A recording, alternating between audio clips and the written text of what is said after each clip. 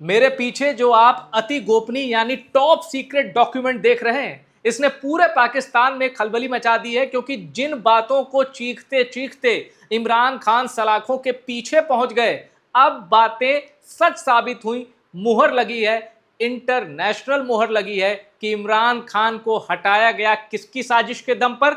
America और आसिम मुनीर। और जब मैं कहूं कि अमेरिका की साजिश, तो डोनाल्ड ट्रंप को जरा भूल जाइए, उस समय जो बाइडेन की सरकार थी। और इस डॉक्यूमेंट ने सब एक्सपोज कर दिया है, पूरा गेम सामने ला दिया है कि कैसे इमरान खान की दो गलतियों की वजह से, अच्छा गलती अमेरिका की नजर में, इमरान खान के दो एक्शन की वजह से अमेरिका ने पाकिस्तान के जो डिप्लोमेट थे अमेरिका में, जो पाकिस्तानी राजदूत, उनसे कहा अब संबंध बहुत खराब हो गए हैं, और अगर तुम चाहते हो कि पाकिस्तान और अमेरिका के संबंध फिर से पटरी पर आए या फिर से ठीक रहे, तो इमरान खान को तुरंत हटाना होगा। और हटाने का तरीका भी बता दिया कि तरीका ऐसा रखो जिस पर दुनिया को विश्वास हो जाए। संसद में इमरान खान को मेजॉरिटी नहीं है पीटीआई के पास, ये दिखा दो, यानी बहुमत खो देना, जिसको कहते हैं ना नो कॉन्फिडेंस मोशन। और यही हुआ इमरान खान के साथ। चलिए मैं आपको बताता हूं कि इस पूरे डॉक्यूमेंट में क्या लिखा है और कैसे अमेरिका की आसिम मुनीर की डर्टी पार्टनरशिप एक्सपोज हुई है। आइए ये सब जानकारी आपको देते हैं, पर सबसे पहले ये जानना जरूरी है कि ये खुलासा हुआ कहां से। असल में इस डॉक्यूमेंट के बारे में इमरान खान को भी पता है, लेकिन ये डॉक्यूमेंट अब पब्लिक हो चुका है और ये खुलासा किया है ड्रॉप साइट ने। पहले मुझे लगा कि ये कैसी एजेंसी है, क्या क्रेडिबल है कि नहीं। भाई सोशल मीडिया पर तो कोई कुछ भी दावा कर देता है, ऊपर से पाकिस्तान में इमरान खान को लेकर और आसिम मुनीर को लेकर कई तरह के दावे किए जाते हैं, लेकिन क्या वो वेरीफाइड है? अब ये जानने के लिए ये साइट है ड्रॉप साइट, इसको मैंने खंगाला। अच्छे खासे फॉलोवर हैं ट्विटर पर, 445 के फॉलोवर ट्विटर पर हैं। जब मैंने इस साइट को खंगाला तो पता चला कि इनकी 99% खबरें तो ऐसी हैं जो कि टॉप हेडलाइंस होती हैं, चाहे वो एनवाईटी हो, वॉशिंगटन पोस्ट हो, वॉल स्ट्रीट जर्नल हो, रशिया टुडे हो, द गार्जियन हो या फिर डेली मेल हो। कुल मिलाकर मैं ये नहीं कहता कि इनकी खबरें वो अखबार उठाते हैं, मेरा कहने का मतलब ये है कि वर्ल्ड के जो नामी अखबार हैं, नामी मीडिया आउटलेट्स हैं, उनकी खबरें और इनकी खबरों में मैंने समानता पाई है। इसलिए अगर यहाँ से कोई दावा किया गया है कि इन्होंने कोई सनसनीखेज खबर ब्रेक की है, तो मुझे लगता है वो दावा सही है। अब आगे बढ़ते हैं। तो खुलासा हुआ है ड्रॉप साइट की ओर से, और उसके बाद देखिए वर्ल्ड मीडिया और इंडियन मीडिया में यह छाया हुआ है कि इमरान खान जो कह रहे थे कि उनको हटाने के पीछे कौन है, वो बात सच निकल गई। How Pakistan military plotted Imran Khan ouster in 2022। और उसके बाद Imran Khan link cipher gate row hits Pakistan. America का रोल कंफर्म हुआ है। अब साइफर रो क्या है? वो जो पेपर है, साइफर केस क्या था इमरान खान पे, जिसमें इमरान खान को 10 साल के लिए ठोक दिया गया अंदर, और शाह महमूद कुरैशी का भी इसमें नाम है, जो इमरान खान के डिप्टी थे, मतलब पार्टी में। एक चीज और समझिए, साइफर का मतलब होता है टॉप सीक्रेट डॉक्यूमेंट, यानी अति गोपनीय कुछ लेख। अब उसको सार्वजनिक करने का इमरान खान पे आरोप लगा था कि इमरान खान ने सरकार के टॉप सीक्रेट डॉक्यूमेंट को पब्लिक कर दिया। इसलिए मैं आगे बढ़ूं, क्या खुलासा हुआ है, कैसे बताया गया है कि इमरान खान को हटाओ। अब यह खुलासा पाकिस्तान के किस डिप्लोमेट ने किया? पाकिस्तान के उस डिप्लोमेट ने अमेरिका के किस अधिकारी से बात की? यह सारी जानकारी आपको मैं दूंगा। यकीन मानिए, जो डॉक्यूमेंट मैंने यहां दिखाया ये बेहद ही सनसनीखेज है। मेरे भी होश उड़ गए थे ये पढ़ते हुए, क्योंकि इसमें इंडिया का भी जिक्र है। किस सेंस में है वो भी मैं आपको बताऊंगा, पर सबसे पहले आपके लिए ये जानना जरूरी है कि साइफर केस है क्या। अब मैं आपको एक पुराना आर्टिकल दिखा रहा हूं अल जजीरा का, जब इमरान खान को साइफर केस में 10 साल की सजा हुई थी। ये बहुत ही पुराना आर्टिकल है। अब इसमें लिखा है कि ये देखिए, Khan is charge with making public a classified cable a cipher sent to Islamabad by Pakistan ambassador in Washington in 2022। Imran Khan पर एक टॉप सीक्रेट डॉक्यूमेंट पब्लिक करने का आरोप लगा।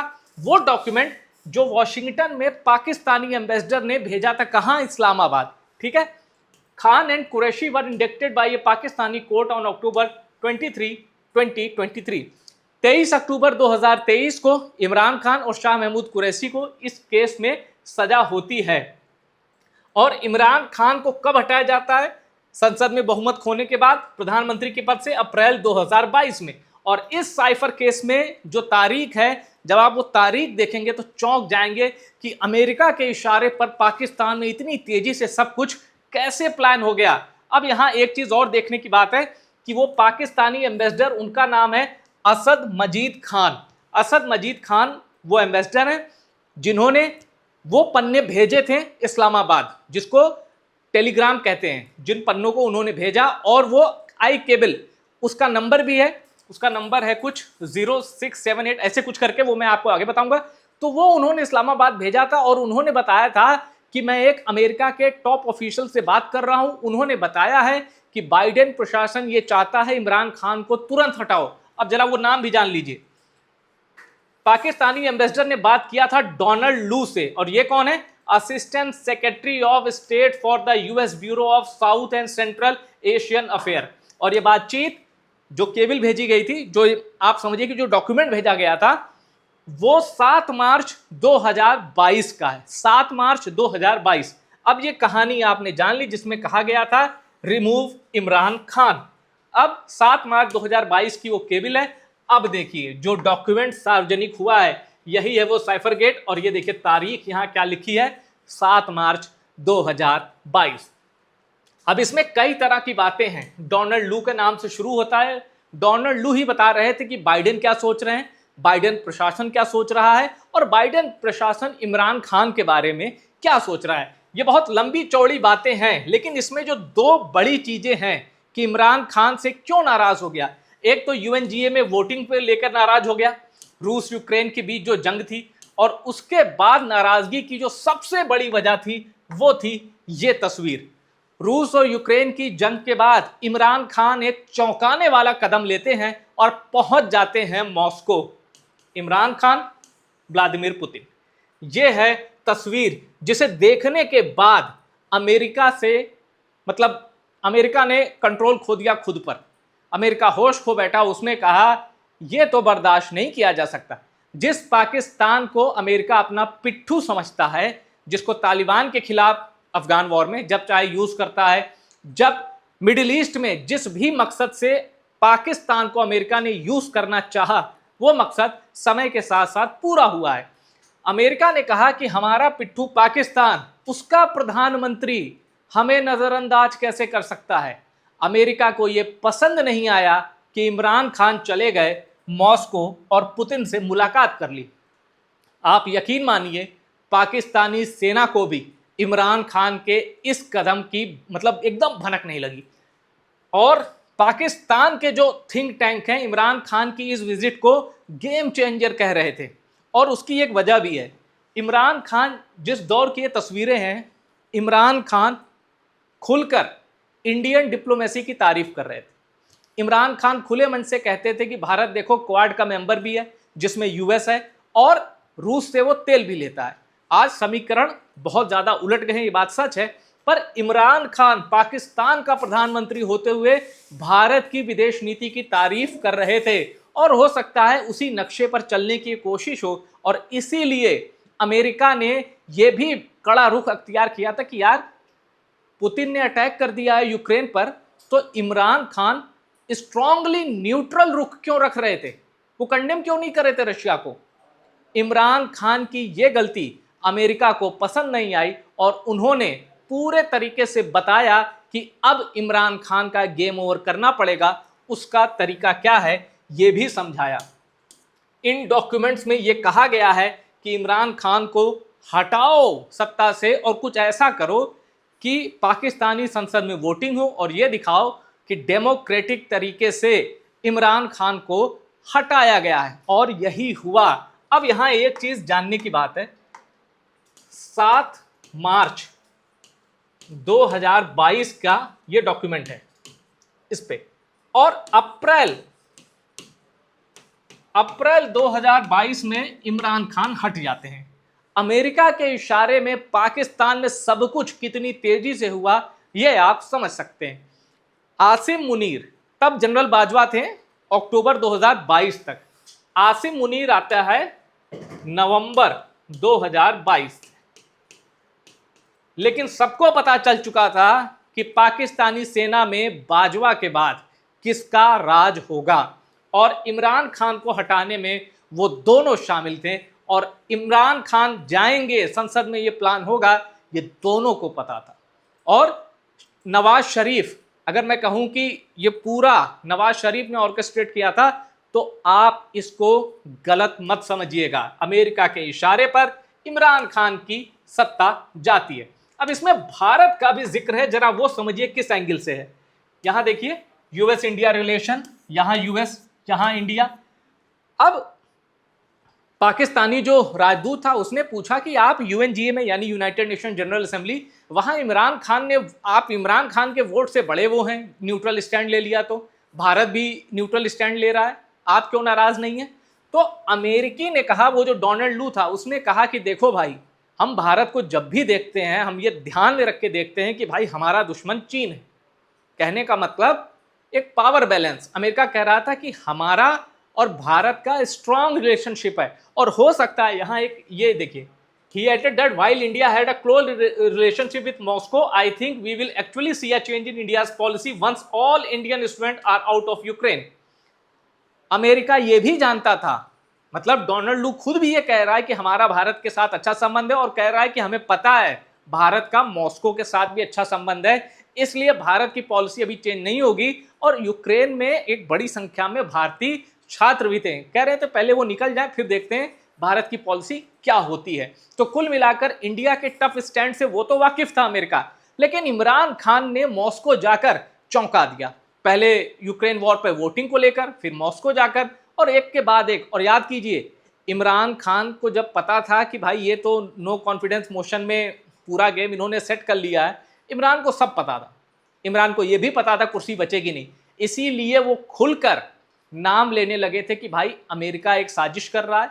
और वो फैसल नसीर वाला चैप्टर आपको याद होगा, डर्टी हैरी, फैसल नसीर, इन सबका नाम इमरान खुलकर ले रहे थे कि इन लोगों ने मेरे ऊपर जानलेवा हमला किया है। यानी इमरान ने अमेरिका के खिलाफ भी बोलना शुरू कर दिया था, और पाकिस्तानी सेना के बड़े बड़े अफसरों को एक्सपोज करना भी शुरू कर दिया था। यानी पाकिस्तान के बाहर और पाकिस्तान के अंदर इमरान ने पंगेबाजी शुरू कर दी थी, अपने समर्थकों के दम पर और अपने पॉलिटिकल बिलीफ के दम पर।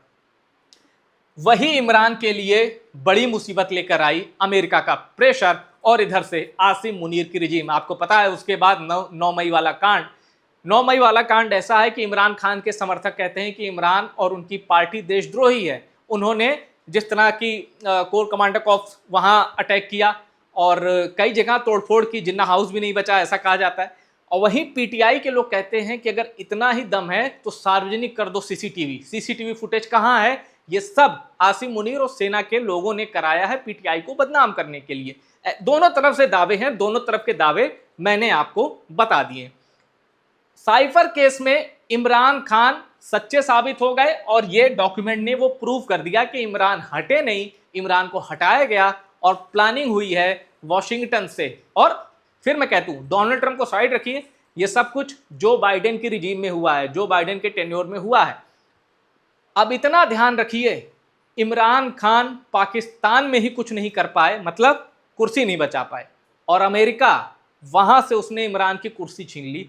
तो आप समझ लीजिए पाकिस्तान में अमेरिका किस हद तक पेनिट्रेट कर चुका है। इनफैक्ट पाकिस्तान में जब तक आर्मी जनरल अमेरिका का पिट्ठू है, तब तक कुछ भी हो सकता है। ये तो सिर्फ एक नज़ीर है। और सबसे बड़ी बात, मैं आपको ये डॉक्यूमेंट पढ़ के सुनाता, लेकिन बहुत उसमें वक्त लग जाता। अब तो ये सोशल मीडिया पर उपलब्ध है और इसको खारिज नहीं किया जा सकता। क्यों? क्योंकि इसमें जो जो बातें लिखी हैं अल जजीरा की रिपोर्ट में बहुत पहले ही जिक्र है। ये सालों पहले की रिपोर्ट में आपको बता रहा हूँ, ये जब सजा हुई थी शाह महमूद कुरैशी और इमरान खान को, तब की रिपोर्ट में बता रहा हूँ।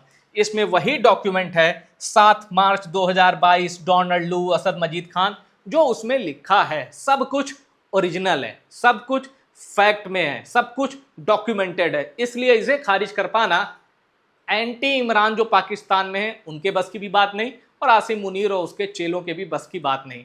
अब आसिम मुनीर एक्सपोज हो चुका है, लेकिन यह भी है कि आसिम मुनीर को आप कितना एक्सपोज करेंगे, कहां तक एक्सपोज करेंगे। किसी भी इंसान को आप यहीं तक तो एक्सपोज कर सकते हैं, पैर से लेकर सर तक। आसिम मुनीर एक्सपोज हो चुके हैं। अब ये बस एक किश्त है, इससे फायदा इमरान खान को हुआ है ताकि अगर कोई न्यूट्रल ऑडियंस पाकिस्तान में बैठी है या न्यूट्रल वोटर हैं तो वो जान जाए कि इमरान खान सच कह रहे थे कि उनको हटाने के पीछे अमेरिका है, ना कि जनता का समर्थन खो देना। वो सब आप उसमें अगर पाकिस्तान में अगर सत्ता का समीकरण बिठाना है तो लोग कहते हैं नवाज शरीफ बहुत पारखी हैं।